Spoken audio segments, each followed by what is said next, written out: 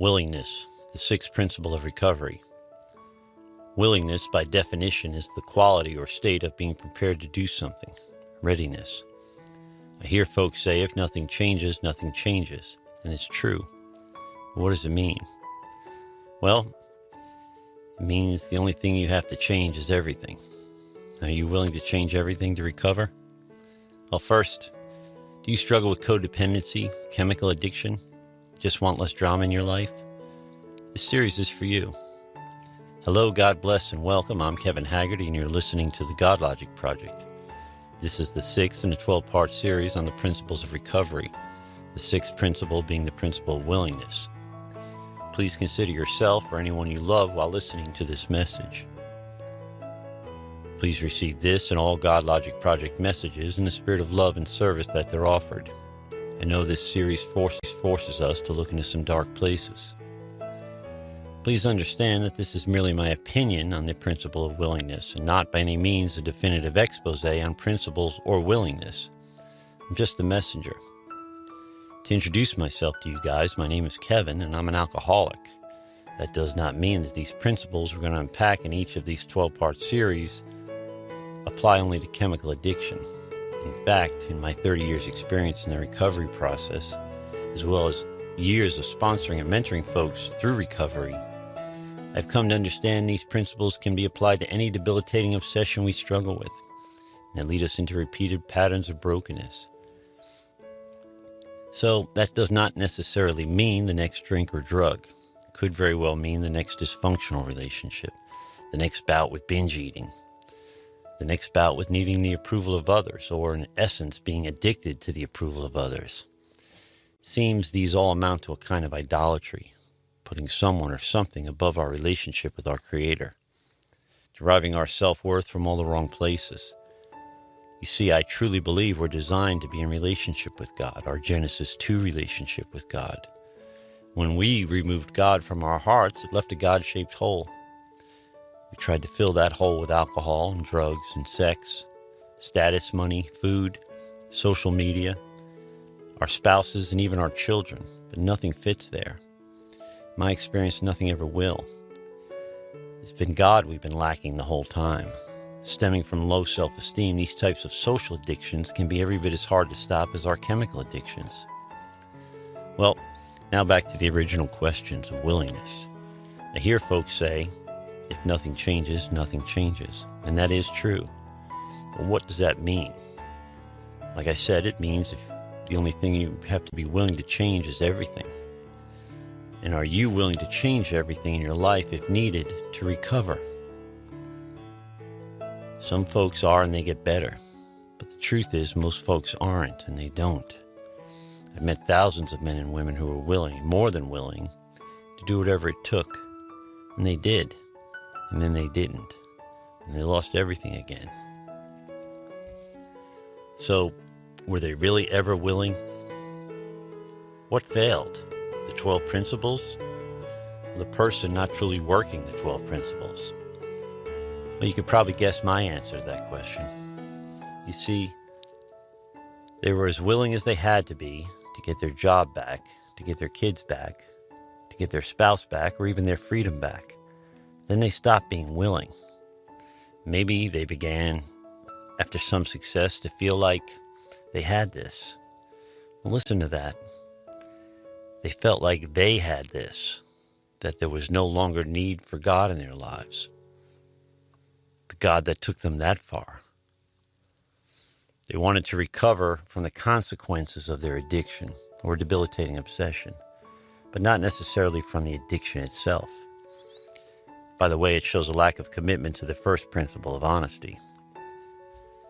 They said what they needed to say, and they did what they needed to do, except their surrender was not unconditional, it was temporary.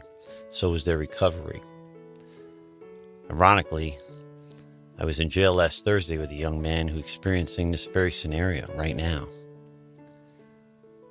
And he's probably going to pay a huge price for it. I can tell you he sounds willing now, but in some sense, it's probably too late. You see, we get to pick our bottoms. Let me say that again.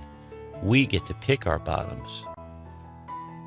We can stop the behavior with help anytime we choose. These principles are a roadmap to success. A good sponsor or mentor will lead you through this process, but nobody can do it for you. In fact, no human being, not even me, can do that. But draw near to God, and God will draw near to you. That's from the book of James, by the way. The principle of willingness is derived from the 6th step in the 12-step recovery process, which tells us we must become entirely ready to have God remove all these defects of character.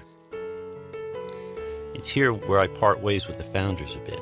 I think our character defects are just our God-given instincts that have become irrational and disproportionate, and therefore we aren't praying to have them removed so much as to have them made rational and proportionate again. Fear, for example, is a God-given instinct. It's fear that makes us stop at red lights. That's a healthy fear. It's a God-given instinct. But pacing in your driveway, afraid to get in the car for fear that you might get in an accident on the way to work, that's irrational. It's unhealthy. But it's the same fear. So, a fearless man is a foolish man. But a man or woman who is willing to act in the face of fear is truly brave and confident and willing. Be strong and courageous. Do not fear or be in dread of them. For the Lord your God goes with you. He will not leave you or forsake you. Deuteronomy 31:6. Just understand this. These principles work. They've worked for people who are far more desperate and broken than you and me. And if you think about it, that desperation was a gift, not a curse. They're in recovery as we speak, all around the world. You say this makes sense, but it's scary. You're not alone. In some sense, you're not even unique. These principles have brought millions back from the gates of insanity and death. It's worked for them, it's working for me. It'll work for you too. There are churches and support groups all over the country that are filled with people just like you and me. God works through those people. He reaches out to us through them. They're there to help. For the most part, they have a servant's heart.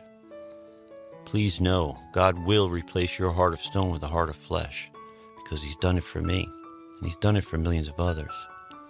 Simply put, these principles work when nothing else does. So, what makes so many people stay trapped in their behaviors for so long? Well, it's a lot of things, I'm sure. And it's different from person to person. But behind all of it is self. Self-centeredness is debilitating. And in some cases, self-centeredness is deadly. We must become willing to go to any length to recover, truly willing to do whatever it takes to break the bondage of self. Listen to what I just said. We must be truly willing to do whatever it takes to break the bondage of self. We're talking about unconditional surrender to achieve victory. That's counterintuitive, but it's the way it works. Jesus tells us in Matthew 19:26, with man this is impossible, but with God all things are possible. But it's only possible if we're in the right relationship with our Creator God. Anyway, the reality of your situation, regardless of your situation, is that the pain is in the resistance, that you can choose recovery, or you can continue to try to live on uninterrupted self-will, self-pity, or even like a sympathy addict. God, the creator of heaven and earth, has already chosen you. He's just waiting for you to accept his invitation. It's grace. You don't deserve it. I don't deserve it. But it's yours for the asking, and it's free. If you could earn it, by the way, it wouldn't be grace. Please, cease fighting everybody and everything. Surrender to your loving God. Become willing.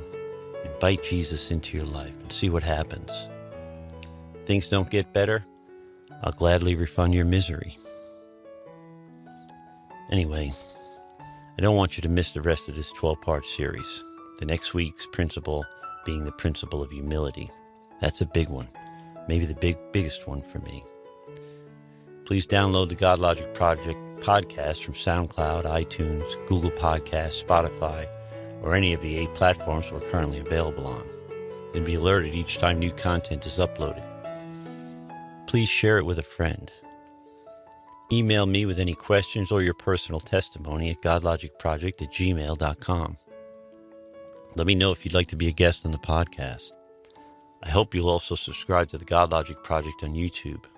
Ring the alert bell while you're there. Visit the God Logic Project for links to our growing list of social media and podcast platforms. And if no one's told you they love you today, God loves you. So do I. Receive that. Be blessed. And we'll speak soon. Thank you.